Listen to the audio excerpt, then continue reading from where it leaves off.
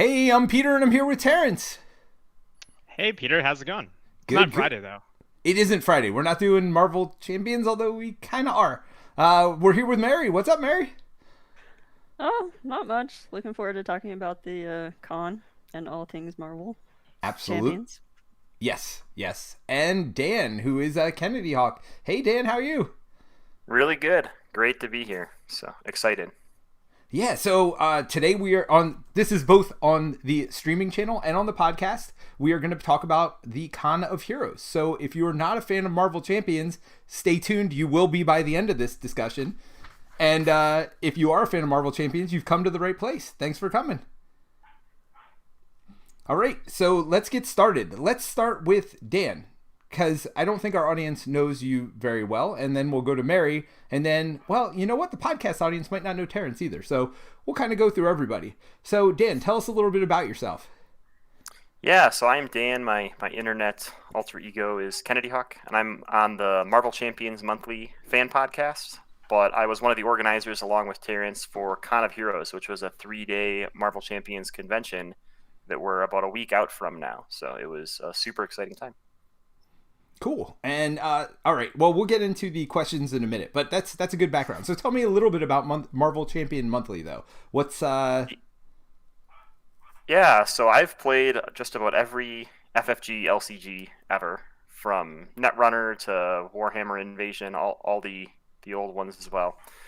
And I always remember telling people on the FFG forums, if they ever make a Marvel LCG, I'm gonna have to make a podcast about it. And they made one, so I felt obligated because of some post from 10 years ago on the internet. So we originally, That forum post isn't even alive anymore, right? yeah, I know it's not archived, right? So I could Yeah. get away without it now. We originally were going to record monthly, so we thought we'd be really cute and name ourselves Marvel Champions Monthly, because they used to call some comics like monthly magazines or bi-weekly magazines. And then we decided that we were going to start recording bi-weekly or weekly sometimes. So now we go by the abbreviation MCM because it hides our poor naming. But yeah, so Nice. we talk all about this game and all sorts of Marvel games as well. We talk a little bit about Unmatched and United and stuff like that too. I was gonna say, how do you do content every month or every week? Because there's a lot that comes out for Marvel Champions, but I don't know that there is weekly content a lot. So you're mostly every other week. We're mostly every other week, and we do some like silly things. So like one of our upcoming episodes is going to be a hot tub time machine episode. We're going to go back in time and revisit the first wave of Marvel Champions with the new card pool to see which heroes have grown the most and which have fallen the most behind. So we try to come up with silly topics like that too. So Oh, it should be fun. nice. I love it. All right, Terrence, I'm gonna save you for last. So let's go Okay. to Mary. Oh, So, okay. so Mary, how did we meet you? Oh, because I was, I guess, lurking in the Friday stream, just commenting. And then one night you had a technical issue with one of the other guys from OSCS, and so he asked if somebody would play, and I volunteered. Absolutely. Yeah, so Mary was a lifesaver that night because Terrence bailed on me last second like he usually does. I mean, honestly, I'm surprised he's here today. Let's That be was honest. that was Steve who had technical issues, by Oh, the that's way. you're right. It was Steve. I Dang feel like it! you just like to blame me for all this stuff, but it was not me. Well, the funny part is the last time I blamed you, you didn't call me out on it, so I feel like you forgot too. But yes, you were absolutely right. That was totally Steve. That was totally not you. My bad. Although I'm going to blame you again at least one more time. You know that. Just Uh, comes with the territory. I get it. Yeah, so Mary, yeah, we won't get into the Marvel Champions questions yet, but yes, so Mary's been a lifesaver. She's been on our live stream. So for those of you who don't know, who like Marvel Champions, we do live stream every Friday night, starting usually at about 10 p.m. We're going to go through a lot of the most recent stuff, but it's usually Terrence building really good decks and me throwing together something and not testing it and seeing what kind of chaos ensues. Before we started getting stuff like Standard 2 and Expert 2, we used to do stupid stuff like throw in Kree Fanatic into a lot of our games. So yeah, we do a lot of things to see how badly we can lose and then somehow pull it out every once in a while. With that being said, Terrence, what's up, buddy? How's it going? What do you want to know about me? So What should I say? yeah, so Terrence, for those of you who don't know, I guess I'm going to do your intro for you. Everybody else got to talk. I'm just going to talk for you. Terrence streams with me every Friday, Marvel Champions, and yeah, I mean, so how did this get started for you? I don't even remember. Us streaming together. I think you were trying to do stuff on the One Stop Co-op Shop stream channel. And then we tried out Marvel Champions, I think. And then we kept going, and then you said you want to take a break, and then after I think like 2 weeks, you said, "I'm just kidding," and then we just started streaming again, and then we basically haven't stopped since then, and that was like a year and a half ago or something. Yeah, and the big thing was that Terrence bought a computer to start streaming. I realized, because we do play on Tabletop Simulator when we play, so if you don't like that, sorry. But I think it's a lot easier to see what's going on. Terrence and I clearly own everything involved with the game. But yeah, we decided it was a lot easier to zoom in on cards and things like that. So I think our streams are pretty new player friendly, but at the same time, we do some pretty hardcore stuff. But you could see how, people who've played the game over 500 times each can fail miserably. So we try to do that as well. Well, I mean, expert Venom Goblin is to be expected. Yes. That's how we failed this most latest failure was a Venom Goblin. I feel like we're not the only ones, though. Yeah, I think Americana owes me an expert Venom Goblin game still, so. Yeah. Spoilers, I'm only halfway through that one, so now I know you don't make it all the way through. Oh, no, we totally That's won. okay. Totally pulled it out in the I'm in end. suspense. Yes. Yeah, for those of you who haven't seen the video yet, spoiler alert, sorry. You can just edit that one out, right? Right, Peter? Oh, we don't edit here. No, I actually do. I edit for the podcast. So that's the difference. If you want to hear it without all our stupidity, then this is the place to do it on the stream. See, this is going to be edited out for the podcast, so they won't even know. And if you want to hear the edited version without all the nonsense, that's what you go to the podcast for.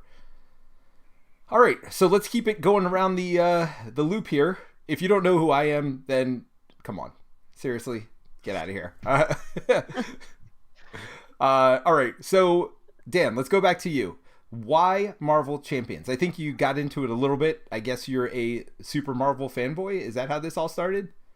I am a super comic book fanboy. Yeah, I read way too many comics and have since my childhood. And Marvel's always been my favorite brand. My backup brand was always Sonic the Hedgehog. But I started reading comics at like a really young age. My uncle got me into them. And this is like a sobering moment, but he passed away like a month or two after like getting me into comics, and he had bought me a subscription to Sonic the Hedgehog. And his wife, my aunt, after he passed away, continued buying them for me until I was like 18, and it just became this addiction. So now I still buy comics in honor of him, and it's super fun. So my son is now reading Sonic the Hedgehog, 30 some years later, which is pretty cool. So is Sonic your favorite of all the comics? I think I like Marvel comics a little bit better than the Sonic comics because they're mainly aimed at kids, but they are super fun to read still, especially if you're reading it with your kids or something like that. Cool. And do you have a favorite Marvel comic or hero from the comics? Maybe. I really like Hawkeye, like possibly too much, even as a kid, like growing up. That's who I was for Halloween. I'm wearing a Hawkeye shirt right now, so it's purple. You can't see the rest of it, but I promise Hawkeye's on it. So yeah, Hawkeye's always been my favorite, and we got him in the first box for Marvel Champions, so that was super exciting for me. Yes. Yeah. So getting a little bit deeper even. So why Marvel Champions? What is it about the gameplay, beside the comic book stuff, that kept you coming back? Is this your favorite LCG right now? This is my favorite LCG right now for sure. So I like the ease in deck building. It's really easy to get someone who may not be a card gamer into it. Pre-pandemic days, my cubicle mate and I used to play at lunch, and he was not a gamer before this, but I brought the collection to work and sort of forced him to play a couple times, and then it became like every day at lunch he was like, hey, are we going to do another game? Nice. So now he's addicted as well, and it's very easy to deck build, just taking a hero, and I don't want to say any 25 cards, but 25 cards plus a hero usually makes a reasonable deck for a standard game, and that's really nice to be able to teach anyone how to play, which I think is really engaging. Nice. All right, Mary. So, how about you? What is it about Marvel Champions that brought you in? Have you played LCGs in the past? Like, where's your past, present, and future of card games, and then why Marvel Champions? So I'm, I guess, relatively new compared to you guys when it comes to board and card games. I was always a video gamer. Um, I just kind of fell into board and card gaming. I really liked Magic the Gathering. I Nice. don't play that anymore. That's a money sink. Wait a I minute. Wait a can't minute. afford to Marvel keep up Champions with is it. not a money sink? Oh, not on that level. Right. Okay. Um, but I saw um when Team Covenant did that kind of uh was that like kind of a preview playthrough um at Gen Con when they announced it. And like initially I was kind of because Marvel comics, like I was not a big comic book reader as a kid. Like the X-Men was like the X-Men and the X-Files were as far as I got as far as comics went. But when I saw the mechanics and like how the heroes worked, like I was like, "Oh my gosh, I love this game." Nice. And from that point on I was totally in. So does this game give you a little bit of a Magic the Gathering feel to it? Like, do you get that same level of, I don't know what it is, like, because it's a card game, right? So there's obviously some similarities. Do you get any of that from Marvel Champions? No, and honestly, if you asked me to sit down and play a game of Magic the Gathering, I would have no idea what was going on. I've completely forgotten how to play. Okay. Um, but yeah, it's just I really like card games. I don't know why. I love card games, but I think one of the big things for me is the co-op aspect. I'm not a big competitive gamer. I much prefer co-op games. Well, we definitely like to hear that at the One Stop Co-op Shop. That means you're at the right place, Mary, for sure. The reason I ask is I was actually playing against Red Skull earlier today with my son. We were just finishing up that Red Skull campaign, and he said, Dad, this game reminds me of Keyforge," which I thought was interesting, and I'd never thought of that before. And I don't see that many similarities, right? Keyforge, you're picking one aspect. You don't even have resource costs for things. But, I mean, they are both card games, so you're playing cards out. You're having cards in front of you in an area. You have other cards off to the side. So for me, it was interesting to see if, other card game players could jump into this and would find that same satisfaction. Because, I mean, I've always played card games myself. I played Magic, back, dating myself to when it first launched. And I haven't played in years, but maybe I do get a little bit of feeling out of it from this as well. All right, I think you get the sense of at least the dueling part because you are dueling that villain for the most part. And so it's like he's playing out a bunch of creatures and you kind of have to deal with it. But yeah, no, that makes a lot of sense. So Terence, what is it about Marvel Champions for you that have made you play this game over 500 times and make you love it more than Lord of the Rings? Tell us all now. I don't know if I love it more than Lord of the Rings, but maybe that's a spoiler for some other episode somewhere. But I definitely am playing it more than Lord of the Rings because we're doing the content, and there's just so much content coming out for it. So it's like just keeping up with it is a lot of playtime, right? I think for me, it's just I really enjoyed Caleb's designs from Lord of the Rings, and so I was interested to see kind of where he would take a totally different system and game.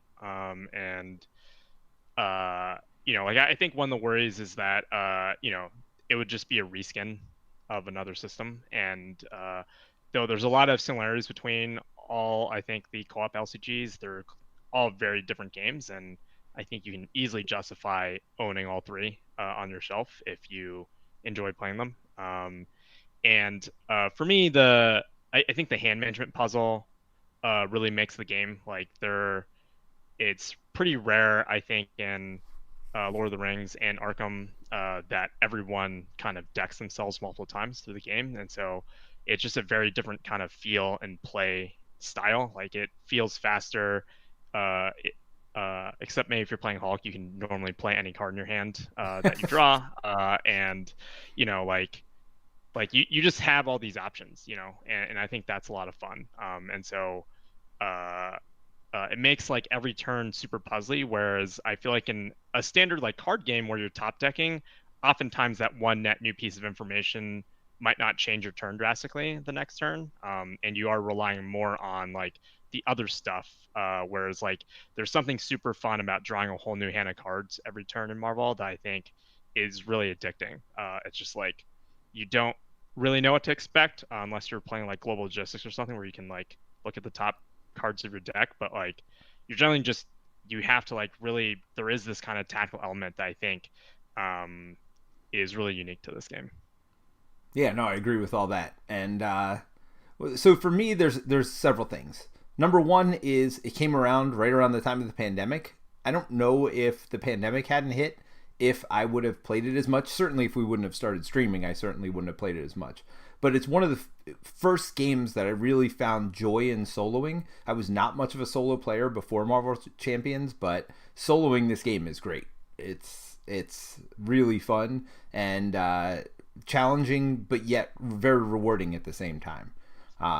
So that was a big part of it for me. Certainly playing with Terence every Friday has boosted the game a lot in my eyes. It made me realize how many times you could play this game and not feel like it's the same. It's funny, we stream every single week. We're streaming, and I feel like every game is different. I feel like we played Goblin Venom last week with 2 heroes. We're going to play with the exact same 2 heroes next week, and the game's going to feel and look completely different than what we did last time, just because of the order the cards come out, everything else. But at the end of the day, you're still trying to get to that end game.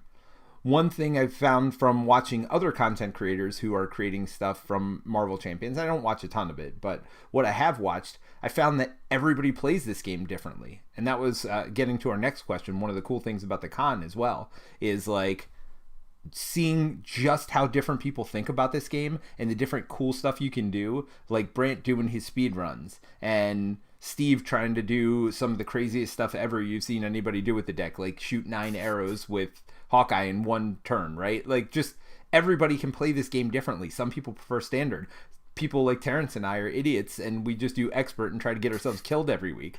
So I just feel like there's just so many things you could do with the game and it appeals to a lot of different people. And for me, I play this game differently based on who I'm playing with because I don't really have a strong feel myself for how I prefer to play it. I actually prefer the variety of games. So for me, that's one of the coolest parts about Champions. I think one of the coolest things to hear is just a lot of people playing with their kids. Yeah. And that like we play, a very gamey style version of the game, but like the fact that you can play with, Dan was talking about his coworker who isn't much of a gamer, like the fact that you can do that. And then, like I remember our games at the con, that 4-player campaign thing, was very far from, I'm sure, like the game you play with your coworker in the cubicles, right? Very different. Yeah, kind of a little bit harder. Where you're playing with Terence, he doesn't play on easy mode. That is for sure. He's like, hey, I got an idea for Hood. Let's put in Standard 2 as one of our encounter sets. Yeah, along with Standard 1, right? Well, now we have new Standard, right? So we can throw that in there. Right. Well, so let's get into that now. So let's talk a little bit about Con of Heroes, and I'm going to turn this over to Terence and Dan to bounce back and forth. So why a convention solely about Marvel Champions? What were you hoping to get out of it? Did it meet or exceed your expectations? And like, what was some of the cool stuff that you came up with? And maybe some of the stuff that you couldn't do this year, but you're hoping to do for future years. I mean, why not a con about Marvel Champions, right? I feel like that's that is the real question. I agree. Yeah. So yeah, keep going. Go ahead. Yeah, I mean, I guess to start, like, there is a predecessor to us, not for Marvel Champions, but for an LCG con, and that was Con of the Rings, and I went to the first 2 of them, and one would think after spending an entire weekend playing just one game for basically 3 days straight, you would be sick of the game. But one of the things I realized was that like almost everyone, if not everyone who went to that con, you just get on this like high off the LCG because you're like in a community of people that love this game, you know, as much as you do. And I think for a lot of people, they potentially don't have a local community as well that probably is for sure not like 50 to 100 people worth of people who are playing this game. And then you're talking about just like everyone playing differently. You actually get to see that in real life over the course of the weekend and playing with, you know, a bunch of different kinds of people bringing different kinds of decks. And there is just this kind of energy of, I think, especially now with the, you know, pandemic and everything, like people being locked at home for 2 years, you know, of just like being in person and sitting down and playing a game, right? And so there is this kind of energy I think you can't replicate. And you know, when you have a con that's about a single game, you know, at bare minimum you at least have that one thing in common. Like everyone there has that thing in common, and so it's like it makes the kind of little awkward moments like you always can come back to talking about the game or something, and then you get to realize there's actually a lot of really cool people in the community. I don't know if Yeah, I think that's a big thing. I think that if people are willing to travel all the way across the country to Minnesota to play a game for 3 days straight, it's probably one of their favorite games. And I know everybody here probably has a bunch of different game groups. I've got a 4-person group and a 3-person group, and I play with my spouse a lot, but none of those groups, their favorite game is Marvel Champions. But for me, it is. So to go somewhere with 90 to 100 like-minded people that just want to play Marvel Champions without me having to, you know, talk them into it or say, oh, I'll play Unmatched if we play Marvel Champions next, is a big deal for me personally. And the community building, like Terence mentioned, there's I think it's 10,000 people now in the Marvel Champions Facebook group. So that's like a huge number of people. And there's a bunch of people on Discord that talk every day through this pandemic. And that's kind of how they've gotten by, having a social network during the pandemic. So for them to get to come together, play some games together, and hang out for a weekend is like a huge deal, I think, for people. And I think people really enjoyed it. Yeah, no, for sure. And that makes a lot of sense. So as far as, well, Mary, let's go to you, and then we'll get back to some of the custom stuff you came up with for the con. And even how you extended it to the community outside of the people that were able to come to Minnesota. I think it's funny you said travel all the way across the country. I mean, Minnesota's kind of in the middle of the country, right? So there's not really, I guess that's one of the nice parts about Minnesota is like, no matter which coast you're coming in from, you're kind of going halfway. And certainly, obviously, if you live in the middle of the country, you don't have to travel as far either. So you see a lot of these Midwest cons between Gen Con, Origins, you know, a lot of like middle of the country type stuff. And it makes a lot of sense because of travel. Well, speaking of travel, it's not a hub city though. So I think a lot of people potentially had a layover and other things to get there. So we're definitely not making it necessarily easy on people to get there. Terrence, we're supposed to be selling this, buddy. What are you doing? Honesty is important. It's okay. Yeah, you know, these are just the true believers. You know, the true believers who come to the con. Nice. So we make it hard that way. Only real super fans can come, right? For those of you who aren't super fan enough, forget it. You know, you have to earn your stripes here. It's like hazing or whatever. All right, Mary, I hear you laughing in the background over there. How about you? What made you come out and, you know, face these layovers so you can come to Con of Heroes? So I play a lot of solo. I just don't have a lot of friends who are gamers. So for me, the chance to play with people who already know how to play the game, so I don't have to explain it. Because I try to rope other people into playing, and they'll begrudgingly sometimes play with me, like, you know, my family, some of my friends, like, they'll be like, okay, we'll try.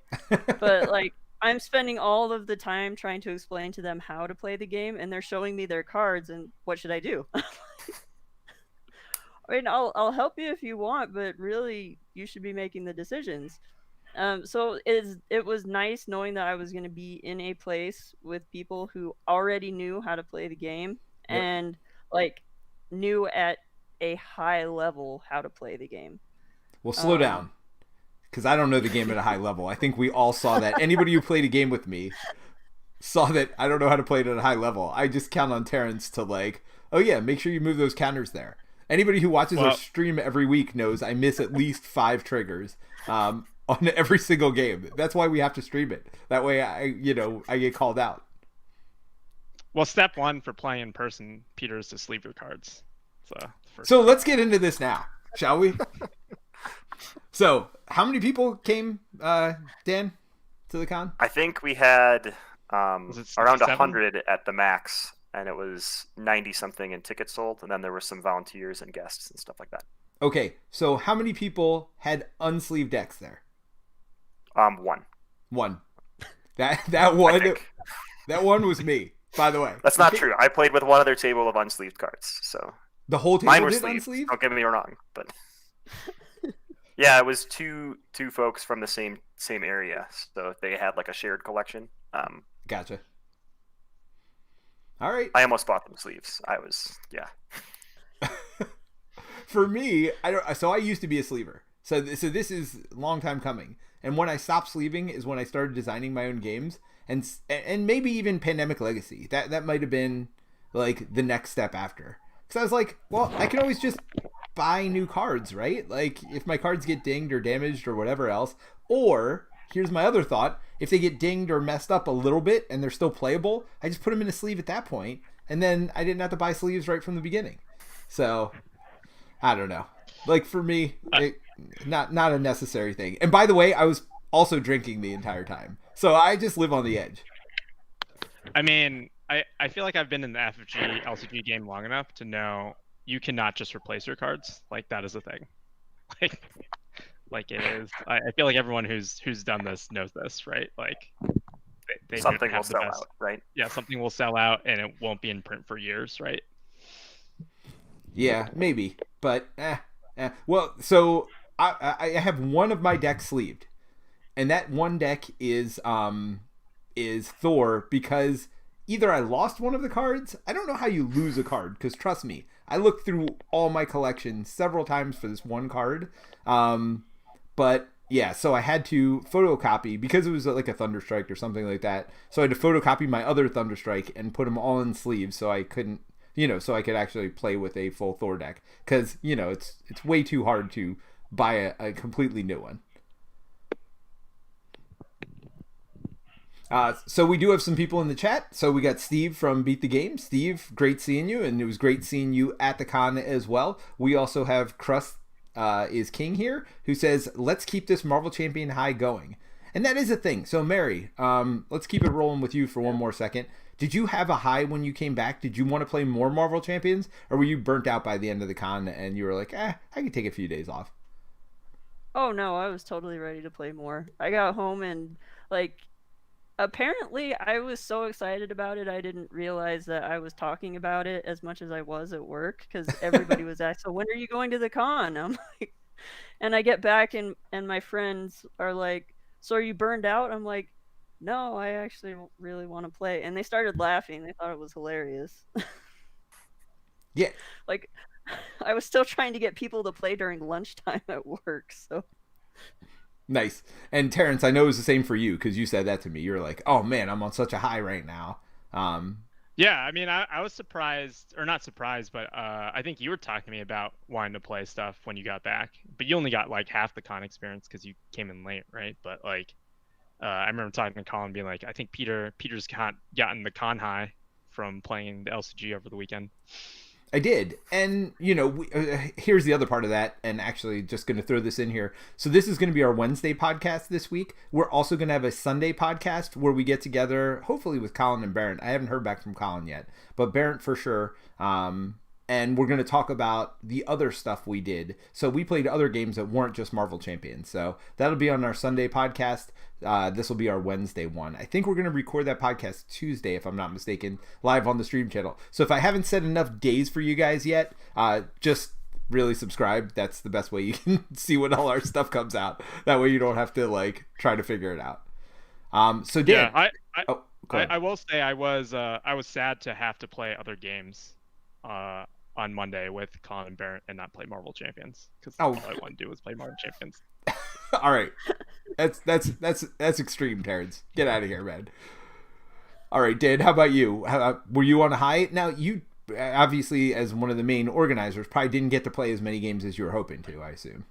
I still played a lot of games, but yeah, I played in the airport on the way home on Monday, right? Because there's Nice. like a 3 hour layover, and that's like a Venom Goblin game, right? I lost, so surprise. But then, yeah, our game group still got together. We usually play on Wednesdays and Fridays, so we played both days without stopping, because it just felt like it was appropriate. So, Yeah. So were you like super excited to play more, or were you like, okay? oh yeah, I couldn't wait to play more because I saw all these cool decks that other people had that I wanted to try out. So I immediately went home and threw everything onto the table, our game table where it still is, to go make these decks that I saw other people play. So now I have to resort and organize it all. It's the one thing I don't want to do. So I keep just setting up new games so I don't have to do it. But Nice. eventually, I'm gonna lose like a standard card and I'll have to sort it all. Yes. Yeah. Nice. All right. So, yeah, it was the same for me. I was on a super high after the con. I was definitely excited to play more. I mean, I think it also has to do with like the weekend of the con, 2 new heroes came out, and so because we're still streaming, trying to get through this latest campaign, then I'm excited to play the new heroes more too. So I haven't gotten enough of that. So yeah, I mean, there's always something. Plus, my son's gotten into the game now, and so yeah, it's just super exciting to get the game back to the table over and over again. And it definitely increased my excitement for the game, not decreased it for sure. All right, so let's go to our favorite hero combo that we played over the course of the weekend. So we talked to Dan last. Let's go back to Mary. Mary, what did you have a favorite hero like aspect combo that you played over the weekend? Yeah, the Venom Justice deck I had put together that actually turned out to be a really good deck apparently. I think I played 2 games with you, and you used that deck both times, if I remember correctly. Is that right? Yeah, yeah, Was yeah, that because we played a night at the hotel with Steve and Brant, and then the next day, I think, actually at the con. Yep. And that's the other crazy thing. Think about this. What is it? Start at 10 a.m., goes to what, like 11 p.m., the con? And then after that, we went back to the hotel and played in the lobby, like for more hours of that night. So think about how crazy that is. You played 1 game all day. I mean, that speaks to the versatility, I think, of this game. And then want to go back to the hotel and play it. And again, it's interesting because you didn't even play with a different hero the next day. It's not like you were there to play with like 50 different heroes. Even playing the same hero against different villains like comes up with new challenges. So And just different people, right? Like yep. everyone approaches the game differently. You get to see different decks, and so it is pretty easy to run the same hero and still have to deal with things differently. Yeah. So Krusky's King says Venom Goblin can shove it. So apparently, not a fan of Venom Goblin, and he also says I've played 27 games since I've been home. So yeah, that's that'll show that the enthusiasm doesn't die with the con. If anything, it's the opposite. And then Steve comments, Mary says you were killing it with that Venom Goblin Justice deck. Nice. All right, Terrence, how about you? Favorite deck? I probably played my Spider-Man Protection deck the most, I think. Yeah, turns out canceling treacheries, people like that. And then Yes. also just being a human punching bag is also makes you popular among friends at the table. Yeah, no, Terrence was definitely going for most popular. He didn't realize there wasn't like a contest at the end. Like nobody was like, "Who's your favorite person to play with?" Terrence was like trying to win that so hard. He's like, "Hey guys, I'll protect you. I'll protect you. Hey, Shadows of the Past, go away." So, but Terrence, you were my favorite person to play with. I mean, while I was playing with you, if you excluded the other people at the table, so it was good. All right, Dan, how about you? You have a favorite combo that came out of the weekend? So the favorite deck I probably played was Spider-Man Leadership, but I I ended up playing like 18 games over the weekend while I was there. And when I played with people that listened to the show, I'd let them pick from my 4 decks. And just about every person made me play Hawkeye. So I Hawkeye Aggression in like 14 of my 18 games, which is a lot of Hawkeye. But I had a lot of fun with all of it. So. All right, so what's your Hawkeye aggression? I only almost died once. So. Oh, nice. Yeah, because that's hard with Hawkeye. That's my biggest thing. So what's your trick with your Hawkeye aggression deck? Because actually, I'm gonna build a deck to play with my son, and I'm thinking about going Hawkeye aggression to go with his Star-Lord leadership, and I feel like we're not gonna be able to thwart it all. So, like, what's your trick there? One key is begging people to defend for you, and a lot of people did that at the con, which was nice. Okay, nice. I played one game where someone was playing Ghost Spider and someone was playing Spider-Man, and every turn they were like, we can defend for you. And I'm like, this is great. All I have to do is sit here and mean swing over and over again. I think the key with Hawkeye aggression is not trying to shoot more than one arrow a turn and sort of building up arrows in your quiver so you have this toolbox of whatever the problem is on the board. And that's a way that I approach Marvel Champions now, is instead of looking at my hand and saying, oh, what cool thing I can do, I look at the board and say, what from my hand helps with the board? So Hawkeye, you can do the same thing, stack a bunch of arrows, and you can play one arrow a turn and then just attack with your base 3 attack, and you make a lot of progress without wasting or burning your entire toolbox. So saving things up in your quiver so you can play them later has paid dividends for me. Nice. All right. See, expert tip. So I assume both of you, when you said Spider-Man, you meant Peter Parker Spider-Man, or is anybody talking Miles? I definitely mean, yeah, I definitely mean Peter Parker. I have not played Miles in Protection yet. Cool. All right. So my favorite deck was probably, so there were two. I like my Quicksilver basic deck. And I say basic because I only have 5 non-basic cards in the deck. And I traded out between, I've tried Protection with it. I've tried Justice with it. I don't think I've done Aggression, but it would be easy to do Aggression or Leadership too. So basically you're doing a lot of basic cards and a lot of things that just let you get back to your, core cards, which, give you extra attacks and extra readying and extra stats. So that's been pretty fun. And then you can kind of go any way you want with it. A good basic package. So that was fun. But also because there were contests throughout, and I guess we didn't talk about that. I said we're going to get back to it, the stuff at the con. So there was a lot of giveaways at the con and stuff you could buy too. So I bought a playmat. I think most people there probably bought a playmat that said Con of Heroes. We got a first player marker. And then there were contests that went off at least twice a day, right? Is that what you were doing? Yeah, I think it was odd numbered hours afternoon each day during the con. There were a bunch of things we raffled off. A local comic shop in where I'm from, Albuquerque, donated a bunch of comics. So I gave them a list of all the heroes, and they donated a comic that had each hero on the cover, which was cool. We had all sorts of the official FFG OP promos available, and then some Bling creators donated some tokens and some fancy dial boards and stuff like that. So that was pretty neat as well. And I think we had each of the campaign boxes in the prize area at one point, and other Marvel adjacent games as well. Oh, nice. Except GMW, right? We didn't do GMW? No, we gave that one away. I mean, I'm surprised somebody took it. Really? No, I'm just kidding. No, there's lots of fun mods in there. There is. Well, and the campaign's not bad. You just got to play it standard, right? Like, just don't kill yourself. Like, just have fun with it. But yeah, so I got a promo Captain America, which is funny because I actually played this game. I was at Gen Con the year it released, and I got all the promo heroes from that originally. I think it was all the core box ones. Maybe it was for, I can't remember. But I had all those at one point, and I have no idea whatever happened to them. But so I got Captain America, and so I did build a Captain America leadership deck where I was boosting my stats with the leadership stuff, and I had a lot of fun with that too. But my main one was definitely the Quicksilver deck. All right, so we are down to our favorite memory from the con. So Mary, let's go ahead and start with you again. What was your favorite memory, whether it's game related or non-game related, from Con of Heroes? It's probably two.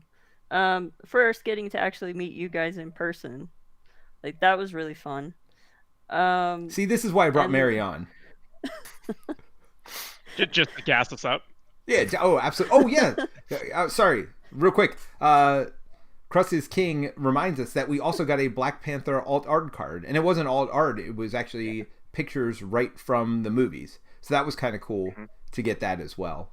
So it was like, screen caps from the movies, which were really neat. So yes, that was a very cool promo as well. Sorry about that. All right, Mary.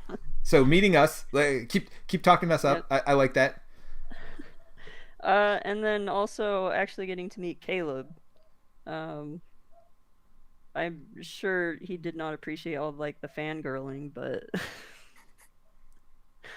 like yeah, it was cool to actually meet like the main or the head designer of my favorite game. Yeah. So, and I got him to sign my Captain America card, so nice. Now, did you get the alt art one signed or your basic one? Oh, the alt art one. Nice. I like it. I guess it's not alt art; it's just full bleed art, right? Yeah, full bleed promo.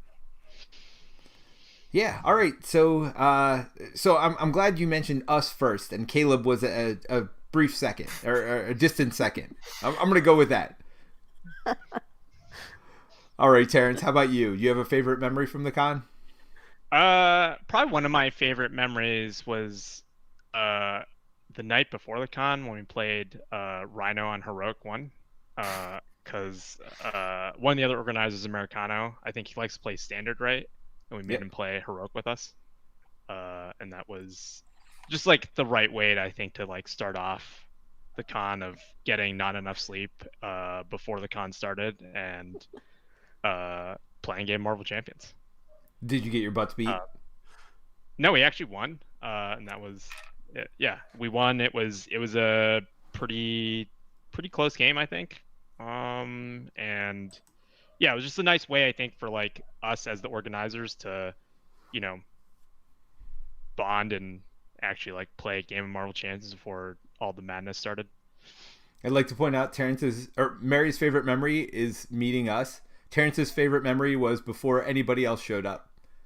So I like to just point out how far ends of the spectrum those two points of view are. But it's it's like the calm before the storm, right? Like it was just nice to I mean, mainly like also like I guess a reference. I flew from Spain that day, so like I literally would travel for like 12 plus hours and ended my day playing a game of Marvel Champions like at midnight or whatever. Nice. I also got my luggage that day, so that felt pretty good too. That was an exciting hour. We drove to get your luggage. We thought everyone was going to be asleep when we got back, and they weren't. We were like, Heroic Rhino, let's do it. Yep. And everyone agreed, so it was exciting. Nice. All right. So, how about you, Dan? What's your favorite memory from the con? Well, I've got the same answer of meeting all the people from the community that I've been talking to for 2 years, so I can finally put names to faces and faces to names. That was super exciting. And then I had 2 particular game moments that I thought were really fun. So one was with one of the other hosts, Americano, and 2 of our listeners, Chris Maka and Ryan Lang. And we were playing against the Sinister Six, and it was round 1, and one of the players had never played Sinister Six before, and we were like, oh, don't worry, it's one of those multi-villain scenarios. We can, fart around for a while, and it'll be fine. And there was a series of unfortunate encounter cards that led to Scorpion getting like multiple attachments and then swinging with +X, where X was all the other villains' attacks. Oh my! And he was going to hit Rocket with a base of like 12 plus a boost card, and we were like, well, this is bad because I'm Hawkeye and I have 9 health. You're Rocket and you have 9 health. Somebody else was in alter ego form, and then there was War Machine with like 13 points of health, 1 more than whatever the boost value was, and we were like, can you defend for us? And they did, and they went down to 1 hit. Americano went down to 1 hit point, and then he stayed in alter ego for I think it was 2 turns to heal up because he took so much damage. But it was a tense moment on that first round. And then your other one? Oh, and then I played a game with Steve Kimmel. We've talked a lot online over the last 2 years, but we've never been able to play a game in person, so that was like a big deal. And we played what I would say is the most aggressive game of Marvel Champions with no aggression aspects. where Okay. he was playing Miss Marvel and he was trying to defend and take no damage and triggered a bunch of triggers, and I was playing Spider-Man with Regroup, where I was trying to like spam 4 allies a turn and defend for everybody. And there was a poor third player, Eric, that didn't know what was going on, but it was secretly a competition to see who could soak more attacks. And every time Eric would get attacked, we'd be like, "Hey, I can defend for you. I have Maria Hill, and then I can play her again." So we were trying to like outwit each other with attacks, or it would be Steve as the first player, and I'd be like, "I'm going to play webbed up this turn," just because it Just so he your can't attack, defend? not mine. Whoa. And it was pretty funny, and the game ended with a good upbeat because I was down to 3 health because I got caught with my pants down, and the villain just swarmed at me. And it was Sandman, so if you placed an acceleration token, the first player takes 3 indirect damage, and all my allies had soaked attacks that turn. So Steve, as the first player, has a peril card, had the option of placing an acceleration token and destroying me, but he decided not to, thankfully. So I appreciated that out of him. But it was the end to the game that way. It was pretty funny. Nice. So my favorite moment had nothing to do with playing, but it was everybody's reaction to my no sleeves was great. And so at first we started playing with my cards and my decks, and then by the end, nobody was playing with my stuff anymore because everybody wanted to play with Steve's sleeve stuff. But one of the best parts was Terence bought me, what was it?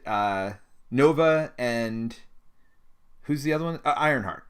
He bought me those, but he didn't bring them the first day. So everybody else. Well, this was the second day. To be fair, I brought like nothing that day. That was the day I brought like 2 decks and left my entire quiver back at the Airbnb. Well, I just figured with 100 people there all into the game, maybe they were going to run out. So I wanted to get them first day, and I couldn't come till Saturday night. I had a work obligation. But so I was putting everybody's stuff in there except for poor Brant, who was playing Ironheart that day, I think, no, I can't remember which one. But either way, like, I had to take his obligation card from him. Everybody else, I just pulled mine out because they're not sleeved. No problem. I'll just pull them out of because I brought every hero with me. And I put him in, but for his brand new hero, I made him unsleeve the card and put it in. And then, that's not the best part. The best part, he got Shadows of the Past, so he had to unsleeve his whole Nemesis set to put in as well. And I'm riffle shuffling the cards, and I had no problem. It was awesome. It was great. I offered him mine. I was like, look, I'll trade you this stuff. You can have a brand new, and he didn't care. But I just thought it was hilarious to do that, and just to see the look of shock and horror on everybody's face as I'm like riffle shuffling people's unsleeved cards. Yeah, no, Yeah, you tried to do that with me when the con was ending. We saw like an hour left before the game center closed, and you're like setting up Sandman, and I basically was like, no, and I pulled out my own copy of it. Yes. And made you put it away. Yes, you did. Because you're like, I need you to unsleeve your obligation. I'm just like, what? You're like, no, I will not do that. No. Well, it's funny because I asked you to just as a joke because, like I said, I had every hero there, so I clearly had all the obligations. I could have easily just grabbed it, and I had all the Nemesis sets too, because at that point I had already gotten the stuff from Terence. So Steve says, Steve again from Beat the Game says, you need to sleeve, please. So here's a little shout out to Steve as well. He has Shine cards, which he did give me a pack of before I left. And so these make your heroes like, it's a pretty cool effect, like kind of shiny on one side. So I put that on my hero side. So I have sleeved all my heroes, Steve. You should know that. I've sleeved all my heroes with the sleeves you gave me, and I got more. So I don't know. Once there's more than 50 heroes, I don't know what I'm going to do at that point. But I got my shiny heroes at this point. So see, I've got like one card sleeved in each of my decks. The one card you don't shuffle. The one card you don't shuffle and handle very often. Well, you handle it a lot because you're exhausted. Well, you handle it. Yeah. Yeah. So one thing, I guess, before we close out of here. So let's get very specific to Con of Heroes. So Dan, I want to hear a little bit about the design process or what you did for the scenario. So, or the different scenarios, I guess. Friday night, there was a scenario where you're just trying to kill Ultron drones. And then you actually printed some cards and gave them away as free promos to everybody who attended the con. Tell us a little bit about the cards and the scenario you designed and like what gave you that idea and how it came together. Yeah, so there were 2 events basically in this first year. Like you said, Friday night was everybody played Ultron at the same time, and we had a little tracker online. We were trying to defeat so many drones within the day, and when we succeeded at that, everybody got a Black Panther promo card from the Etsy shop, Make Your Peace Games. They donated them, so that was really cool. And we let people play from home for that one you mentioned earlier, so people could play and report their scores on the tracker and like post a picture to Facebook, and we were able to give 5 cards away that way. So we had, I think, 10 people post pictures, so half of them got a card, which was cool too. And then Saturday we did what we called an Iron Man event, and I think we're just going to change it to a campaign event from now on, because a lot of people were confused and everyone thought they had to play Iron Man, but we didn't need that many Iron Mans. That was too much in an alter ego. But the idea was from Arkham Knights. They've done Iron Mans, kind of like a marathon or a run, where they try to play through a whole storyline in Arkham in one, not sitting, but one play session where they stay at the same table. They might, go get a drink, go to the bathroom, and come back, but they're going to go through the whole thing in one sitting. So we decided we would make a sort of customized one that went through the 4 boxes of Marvel Champions. So the campaign was actually thrown together mostly at the last minute when the 4th box came out. But the idea was we took one villain from each of the Marvel Champions campaign boxes, and we came up with a loose narrative to connect them together, using different campaign rewards from different boxes to sort of boost you along the way. Oh, nice. And we made some custom modular sets that go in there. So, funnily enough, we had been making these before Standard 2 came out, so we didn't know they were going to offer alternatives to Standard. But one of the things I always hate is when I'm trying to set up for a game night with my friends, sometimes I like to have all the scenarios sort of pre-made ahead of time. But I've got one copy of Standard, and I always want another one so I can, just shuffle everything into a box so we don't waste gaming time and I can get to the next game faster. So we decided we would make what we called a new Standard, which was sort of a parallel to regular Standard. It had 7 cards that do about the same thing, but they did them a little bit differently. So Advance is a card that I know has defeated many of us. So the new version of Advance is actually a side scheme that moves the threat at the start of the next villain turn. So you sort of have a turn to respond to it. And it also cycles your hand, which makes a lot of people really mad. And can confirm. Can confirm. And the new version of Assault did something similar, where it was an assault, but you discarded a random card and it got a bonus based on what you discarded. And the whole idea with this new Standard was to focus in on the mechanic of sort of like attacking a player's hand. Like Terence mentioned earlier, the hand puzzle is the really exciting thing about Marvel Champions. So we said, well, how can we disrupt that, but make it sort of standardized that it'll give people interesting decisions to make? I think the card people talked about the most was the new version of Caught Off Guard. So the normal Standard is just discard an upgrade or support you control. And the new version is discard an upgrade, support, or ally you control, and then discard all cards from your hand if it costs equal or less. Is it equal or less than that card, I think? Yeah, it's equal or less than, yeah. No, equal or more. Or greater than, right? Equal or more, yeah. Equal or less. Yeah, you're trying to encourage people to discard higher costing cards rather than just throwing away their honorary Avengers. But maybe they throw away their honorary Avenger because they say, I can sacrifice this hand versus losing my Avengers Mansion.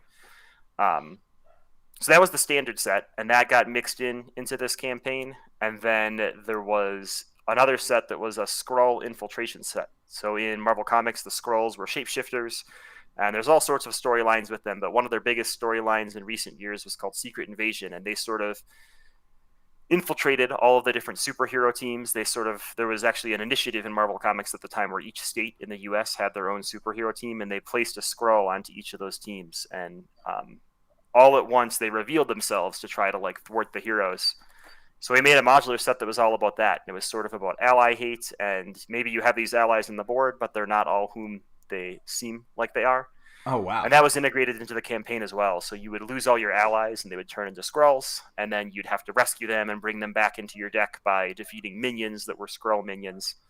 And we worked with an artist that does a lot of custom art for Star Wars Destiny, Parker Simpson. He's got a really unique art style that fits into sort of how we wanted it to make it obvious that the cards were not official cards, but that they would also sort of fit in and be a little bit cohesive. So I was really happy with how those worked out.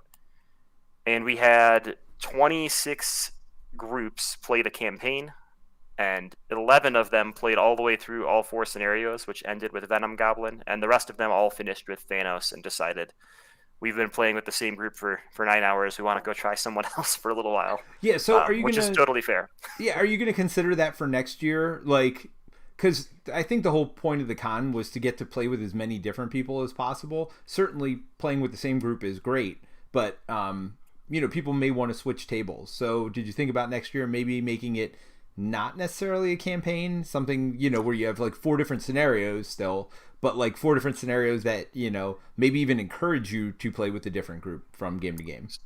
So we did think about that, and I can't say anything's set in stone for next year. I do know we do have another campaign in the works, but the plan is a 3 scenario campaign that doesn't use 3 of the longest villains in the game that the first one did. So that might help a lot, right? Well, you didn't pick Loki. So we didn't pick Loki. Everyone should thank Terence for that. It's his doing. Yeah. Oh, you almost had Loki also? No, that was a joke. We didn't almost have Loki.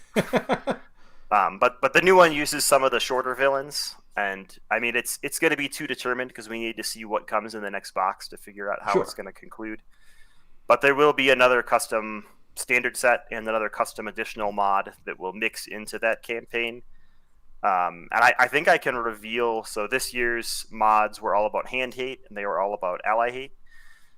So next year's 2 mods, the standard set and the mod, are all going to be about nemesis buffing. So rather than disrupting the player's hands or disrupting their board state, it's going to be about finding their nemesis and making him or her more difficult to defeat, which I think should be pretty fun. But I think so playing with those specific hero-specific nemesis in each of your... Yeah. So there'll be some tricks to that, and I don't want to spoil too much until we've fully tested it. Of course. I should say for the campaign and for those mods, we had a team of 10 people testing them, and they each recorded at least 5 games on a Google form to me, so that's not nearly as quality as I'm sure FFG's real testing is, but it was good enough for me to say, okay, this card didn't make people want to rip it up yet. It made them upset, which is what we want, right? We want it to be a little bit harder, but not standard too harder. I want to rip up Chain Reaction. Well, yeah, I know. Terence didn't have a good time at our table with that card. So Sko says, after the first time I saw Chain Reaction, I love this card. After the second time I saw Chain Reaction, I hate this card. So, so Sko from the chat good. Feels the same way about that as well. You went through all the emotions. I'm happy. Yeah. Yes. So how about you, Mary? You played through the campaign. What did you think of? Were there any cards that stood out from you, either from the new standard or from the what was? Gosh, my brain is just locked. The invasion card. Skrull invasion. Skrull invasion. I almost say Kree, but I knew that was wrong. Yeah, Skrull invasion. Yeah, I forget which card it was, but one of the ones that removed your ally from the game because they were a Skrull.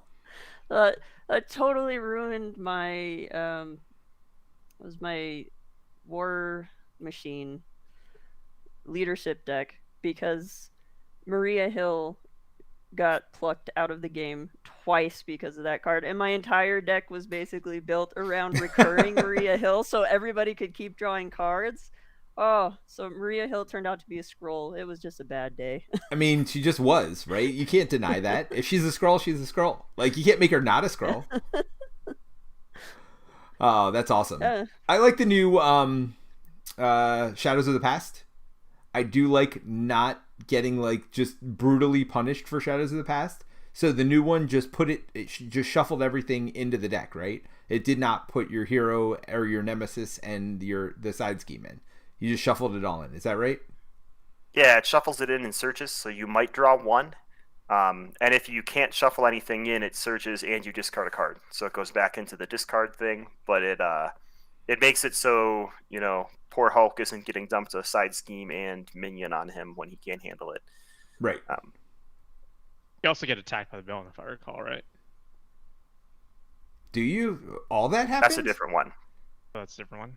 Oh, I was about to say, I didn't remember it being that brutal. Maybe you always got attacked because maybe the card you surged into was always like kill Terence card. In one of our games with Terence, we had that new standard set in, and I think the first 7 rounds, Terence drew a card from new standard, and everybody else just drew the regular cards. And we were like, "This is super fun," and he was like, "No, this is not fun. I don't like this anymore." Terence just complains a lot. It's fine. I think when I had chain reaction this one time, I showed my hand and we were like trying to decide what to do, and all the options were bad. It was just like I could discard a mansion and I would still lose half my hand, right? Because like I was playing Scarlet Witch Leadership and I had like 4 or 5 cost allies in my hand. So then it became like, well, Chaos Magic isn't really good if I don't have anything to play it with. And so I ended up just like dumping your whole hand. Yeah, dumping my whole hand, and it was really bad feeling. I mean, for everybody else at the table, it was entertainment. So there you go, Terence. I mean, look, you're doing it for everybody else, not for yourself. Stop being so selfish, Terence. I wasn't streaming then. Nice. All right. So for everybody who wasn't able to make it to the con, just so you know, if you don't hate Tabletop Simulator, which some of you do and some of you don't, but if you don't hate it, on the Hitches mod, which is the one we use when we stream on Friday night, they do have all the Con of Heroes specific scenario stuff up there. So feel free to go over and try it there as well if you weren't able to get it. And we're going to be doing a contest to give away a few of these as well. We're going to pay for shipping in the US. I have to figure out how much international shipping is, but we'll certainly pay a large portion of it for international. I don't know how to do the contest. So Dan, you have any ideas for maybe something they can email us or whatever else or what for a contest? I know I'm putting everybody on the spot. If anybody's got an idea, Mary, Dan, Terrence, come up with something. If we can't come up with it today, don't worry. I will put something out somewhere. If you're subscribed, it'll be either on the Tuesday show or on Friday's stream, and I'll probably do both of those either way. So, well, it involves scrolls. So what if people had to write a 1 to 2 sentence story saying who is more likely to be a Skrull, Peter or Terence, and then we can find out who it is. I like that. You can each pick the story as your favorite or something. All right, and I will put the email in the description of this video and in the description of the podcast, but you're going to email MVP Board Games, that's the letters M, the letter V, the letter P, Board Games @gmail.com. Go ahead with contest in the subject line. If you fail to do any of these things, you are ineligible.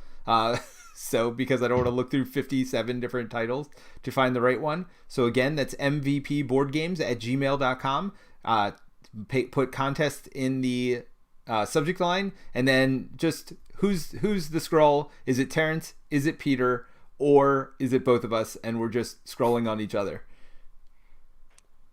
We don't know. Is it like in Battlestar Galactica? You like don't know who the Cylons are? I mean, I think we know who the Cylon is, Terrence. I think we know who the Cylon is. Let's be honest. Or the Skrull in this situation. I like that, Dan. That's a good one. All right. And I think we have three copies of those to give away, right? Yep, we've got 3 copies. So not only do we have the whole encounter set, but we also, and which by the way, anybody out there, if you don't want to play on Tabletop Simulator, you can print and play it, right? You just go to Con of Heroes website. Why don't you give that out? Yeah, there's a print and play link, and it's got like print sheets for 8.5 by 11, so you can print them and just sleeve them in front of a Magic card or some other card game, Lord of the Rings, I don't know, some non-Champions game, right? Or Energy Genius strength cards. You probably have enough of those, right? Well, the problem is that they're villain cards, but you could still do it because honestly, they have different backs anyway, so it doesn't matter. You're supposed to know they're coming. So yeah, just put them in with the Energy Genius. Although, I did get rid of some of the Genius cards at the con. So there was that as I handed them out for brilliant plays. I grabbed a bunch of Geniuses and Genius! All right. So, yeah. So go ahead and print and play that. But don't forget to email us about the contest. And, who's the Skrull here? We need to know. Inquiring minds want to know. All right. Are we going to read the best entries out? We certainly will. So keep an eye out for that. Either I'll make a separate video for it, or it'll be at the end of one of our Friday streams. But and then we should probably have a date for that, right? So let's say the end of June. So by the end of June, have those emails in, and we will read them out after the contest is over. We'll read out the best one. And we might read out some weekly as well as they come in. So you've got a whole month to send them in, and we're going to send you that stuff. But until then, so it's going to be the pack of cards, and it's also going to be a Con of Heroes first player marker as well, which is a poker chip, which is pretty cool. I use it all the time when I play now. All right. So Dan, or Mary, we haven't heard from you in a while. Where can people find you if they want to either play a game with you or just get in contact with you and tell you how awesome you are? I'm on Discord, Wasteland Sniper. That's really the only place I am. Okay, so you can join either the... Are you part of the Marvel Champions Discord as well? Yeah, Marvel Champions Discord. I think I'm on the Hall of Heroes Discord and the OSCS Discord, of course. Cool. Yeah. And we have a Fantasy Flight LCG group in the One Stop Co-op Shop Discord. So yeah, Mary's there quite often. So go say hi to her. How about you, Terence? Where can people find you if they don't know already, and and tell you how much of a scroll you are? I mean, you can just email you, Peter, right? Tell me how much of a scroll I am. You can find me on the stream on Fridays, where I'm streaming with you, Peter. I'm on the Hall of Heroes, the Marvel Champions, the One Stop Co-op Shop, and the Lord of the Rings, Cardboard of the Rings Discord as Hone. And then we're doing Twitter and other stuff. I'm like Hone02 on Twitter as well, if people want to tweet at me, but I don't tweet very much about board games. It's mostly boring work stuff. So, and that's Hone, Hone, by the way. Yeah. And not M, not like home, like home. Whatever. I mean, that would be cool too. I think hone, like honed technique, right? Yeah. I mean, his techniques are way more honed than mine are. Oh crap! I think I just made myself the scroll target here. Anyway, how about you, Dan? Yeah, you could find me on any of the Marvel Champions Discords. I'll have to join the One Stop Co-op Shop one. I didn't know they had one, but I'll be on there now as KennedyHawk, or you can find me in the Facebook group. I'm one of the moderators on the Marvel Champions Facebook group, so feel free to send me a message if you've got any questions. Cool. Awesome. Well, Dan, Mary, thank you so much for joining us. Terence, it's a pleasure as always. And yeah, we will see you all very soon. Thanks for joining us. Thanks. Thank you. Thanks. Bye. Bye. Hey, everybody. Terence is a scroll. Is that what a scroll would say, though? Stop flipping it around, Terence. We all know you're the scroll. We all know it.